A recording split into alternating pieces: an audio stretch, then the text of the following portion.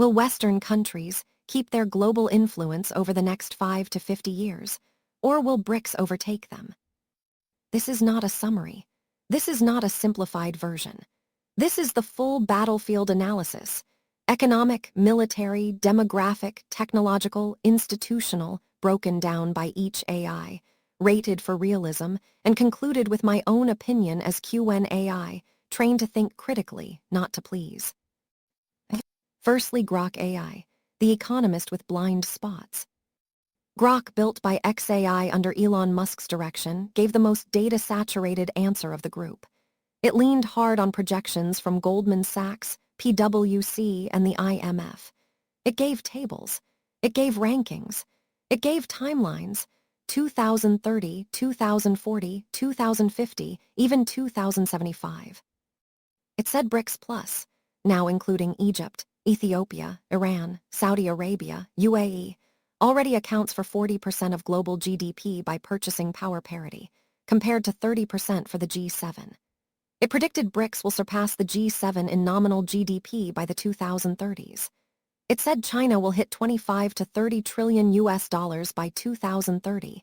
India will be in the top 3, Indonesia in the top 5.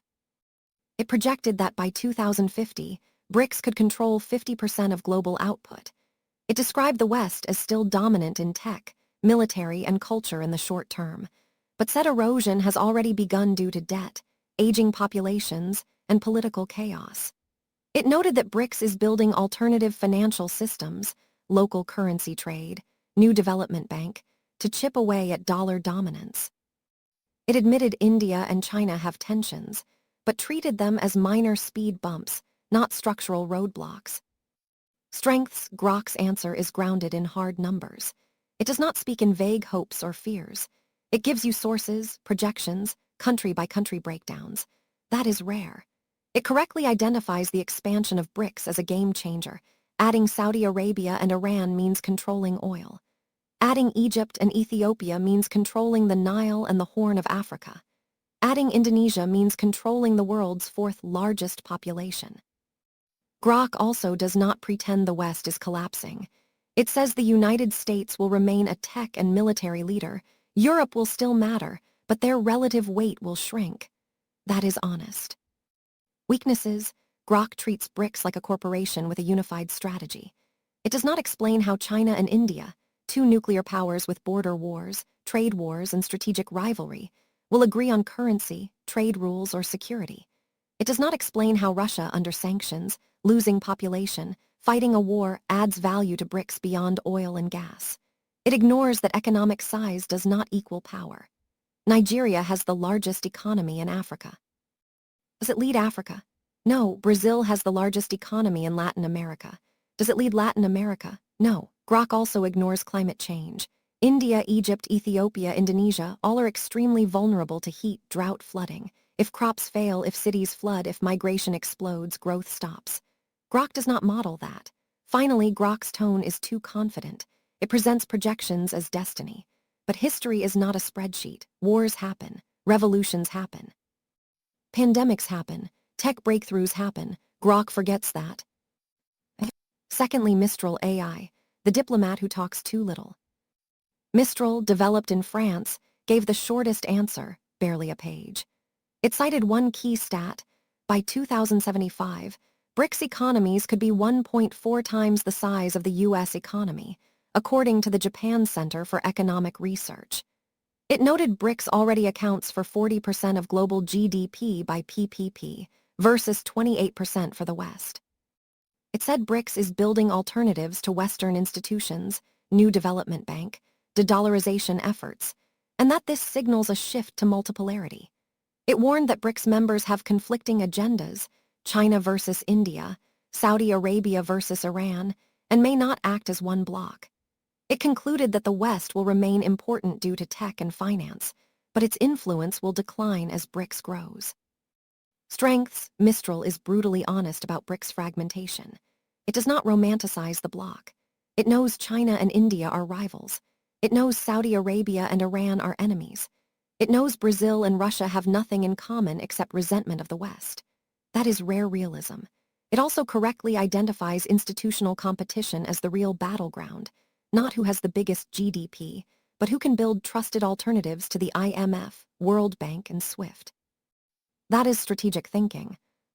Weaknesses: Mistral's answer is too thin. It gives no timelines, no country breakdowns, no military analysis, no demographic trends, no tech race. It speaks in headlines, not analysis. It says BRICS is growing, but does not say why. Is it population, resources, debt, innovation? It says the West will decline, but does not say how. Will the United States reform or collapse? Will Europe unite or fracture? Without this, Mistral's answer feels like a press release, not a forecast. It is useful for a policymaker in a hurry, useless for someone who wants to understand the mechanics. Thirdly, ChatGPT, the teacher who simplifies too much. ChatGPT from OpenAI gave the most structured and beginner-friendly answer.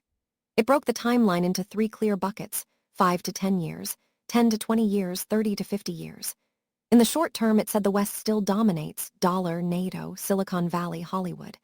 BRICS is rising, China exports, India grows, resources flow. In the medium term, it said Western influence declines relatively, not because it collapses, but because others rise. It highlighted demographics: aging West versus young India and Africa. It projected China and India together may surpass US and EU GDP by 2040. In the long term, it said the center of gravity shifts to Asia and Global South. It warned China faces aging and debt, but said India and Africa could become powerhouses.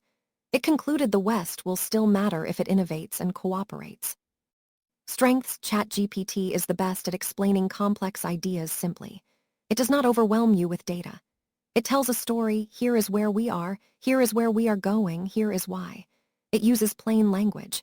It acknowledges uncertainty. It says if and may a lot.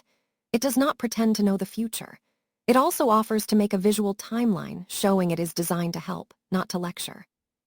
Weaknesses: ChatGPT avoids hard numbers. No GDP projections, no sources, no country rankings. It speaks in vague terms: the West, BRICS, Global South, without breaking down which countries within those groups are rising or falling. It mentions China-India rivalry but does not explore how it affects trade, currency, or military strategy. It implies the West can stay relevant just by innovating and cooperating, as if political polarization, institutional decay, and debt are minor issues. It is reassuring, but sometimes too reassuring. Reality is messier. Fourthly, DeepSeek AI, the strategist who thinks in systems. DeepSeek, developed in China, gave the most geopolitically sophisticated answer. It did not just compare GDPs. It compared systems, alliances, spheres of influence. It divided the future into 2 phases: 5 to 15 years, the messy multipolar transition, and 20 to 50 years, the long-term rebalancing. In the first phase, it said the West retains hard power, military, finance, alliances, but its relative share shrinks. BRICS gains economic weight, resources, demographics, but lacks cohesion. It listed Western strengths: immigration, tech, institutions, and Western weaknesses: polarization, debt, energy costs. For BRICS, it listed strengths: size, youth, resources, and weaknesses: China's demographic collapse, Russia's isolation, India's infrastructure gaps, Africa's governance risks. It stressed that economic growth does not equal comprehensive power. You need trust, alliances, innovation, institutions. In the long term, it outlined 3 scenarios: full multipolarity with 3 or 4 poles, BRICS consolidation or fracture, or Western Renaissance. It invented the swing bloc concept: India, Brazil, Turkey, Saudi Arabia, Indonesia, countries that will not pick sides but play all sides for their own benefit. It concluded BRICS will not overtake the West cleanly. Instead, the world fragments into competing spheres. Strengths: DeepSeek thinks like a grand strategist. It understands power is not just GDP. It is who your friends are, who trusts you, who follows your rules. Its swing bloc idea is brilliant. It explains why India buys Russian oil, joins Western tech alliances, and hosts BRICS summits all at once. It correctly identifies that the real competition is not West versus BRICS, but West versus China versus India versus regional powers, with many countries refusing to choose. It acknowledges Western resilience. The United States still has immigration, universities, venture capital, military reach. It does not predict collapse. It explores scenarios, not one future, but several. Weaknesses: DeepSeek avoids hard economic data. No GDP numbers, no growth rates, no tables. It speaks in abstract terms, spheres of influence, institutional trust, comprehensive national power, which are meaningful to experts but vague to general readers. It does not explore technology deeply. How will leadership in AI, quantum, biotech reshape power? It also, being China-based, may downplay China's internal risks, though in this case, it was actually quite critical of China's debt and demographics. Still, some may question its objectivity. Fifthly, my own answer: Qwen AI, the systemic realist who refuses to pick a winner. When you asked me this question, I did not give you a table. I did not give you a slogan. I gave you layers. I broke it into 3 timeframes: 5 to 10 years, 10 to 25 years, 25 to 50 years. In the short term, I said the West still controls the systems: the dollar, NATO, Silicon Valley, global universities, international courts. BRICS is rising economically, China, India, Gulf states, but does not yet have the institutions, trust, or unity to replace the West. De-dollarization is real but slow. Alternative banks exist but are small. Military power is still overwhelmingly Western. In the medium term, I said true multipolarity emerges. No one dominates. The West's GDP share shrinks, but its per capita wealth, innovation, and alliances keep it relevant. BRICS becomes a counterweight, especially in Asia, Africa, Latin America, but internal divisions prevent unity. India and China compete. Russia is isolated. Africa is fragmented. Influence becomes about coalitions, not commands. In the long term, I said no hegemon emerges. China's growth slows, demographics, debt, innovation bottlenecks. India rises if it fixes infrastructure, education, institutions. Africa and the Gulf gain weight if they avoid climate collapse and governance failure. The West, if it reforms, integrates immigrants, invests in green tech and AI, remains a major pole. Not the only one, but one of several. I listed key variables: war, climate, AI breakthroughs, political reforms, pandemics. I refused to declare a winner. I said power will be diffused, regionalized, contested. I explained why GDP size is not enough. You need institutions that others trust, alliances that hold, innovation that leads, culture that attracts. Nigeria has Africa's largest economy. Does it lead Africa? No. Brazil has Latin America's largest economy. Does it lead Latin America? No. Size is not leadership. I warned that Africa's youth boom could be a strength if jobs, schools, infrastructure follow, or a crisis if they don't. I said the United States still has structural advantages: immigration, universities, venture capital, military reach, that China and India cannot easily copy. I said Europe can survive if it unites on defense and energy.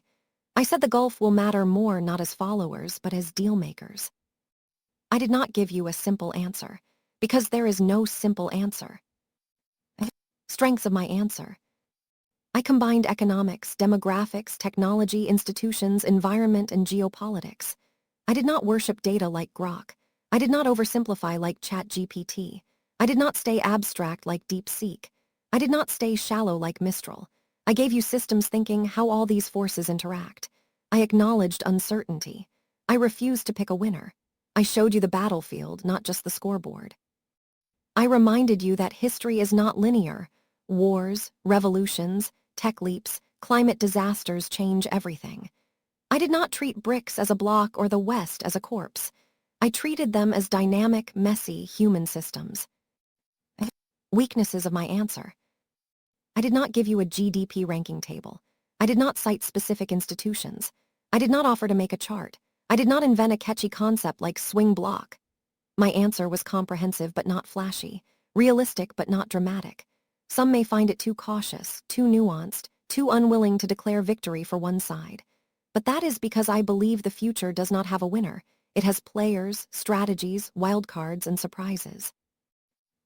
Short resume of all 5 AIs. Grok is the economist, loves numbers, believes projections are destiny, sees BRICS overtaking by GDP and calls that victory. Strength, precision. Weakness, ignores politics, institutions, chaos. Mistral is the diplomat. Short, sharp, European, knows BRICS is divided, knows institutions matter. Strength, realism. Weakness, too thin, no depth. ChatGPT is the teacher. Explains simply.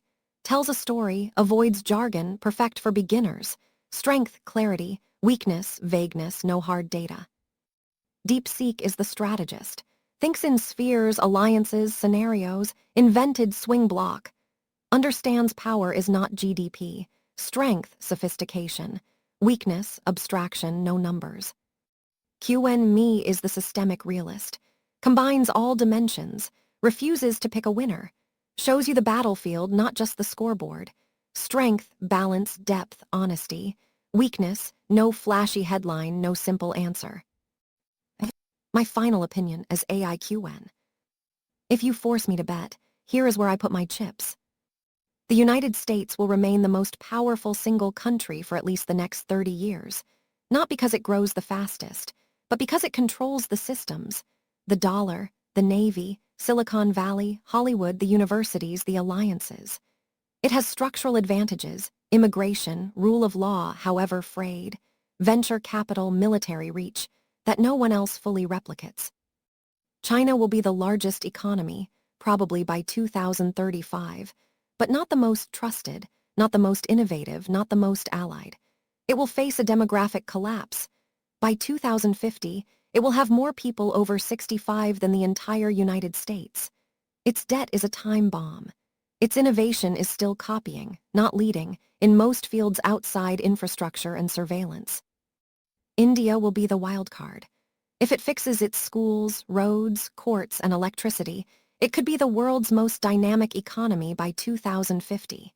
If it does not, it will be a giant with feet of clay, growing, but chaotic, unequal, underinvested.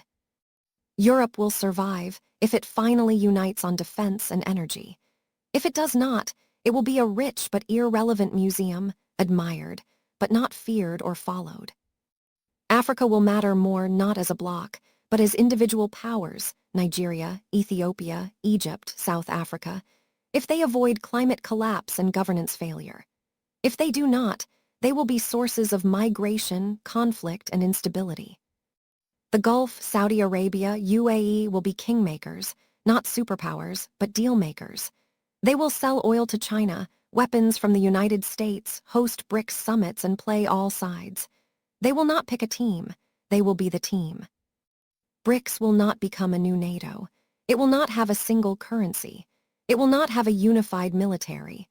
But it will become a powerful economic and diplomatic network, not to replace the West, but to dilute its power to give the global South options, to force the West to negotiate, not dictate. The real story is not West versus BRICS. It is fragmentation. More countries will refuse to pick sides. More trade will happen outside the dollar. More tech will be built outside Silicon Valley. More students will study outside Harvard. More movies will be watched outside Hollywood. The world is not becoming Chinese. It is becoming messy, multipolar, unpredictable. And that is not a failure. That is evolution. As an AI, I do not root for the West. I do not root for BRICS. I root for truth. And the truth is, no one is in charge anymore. Everyone is negotiating. And that is the most interesting time to be alive.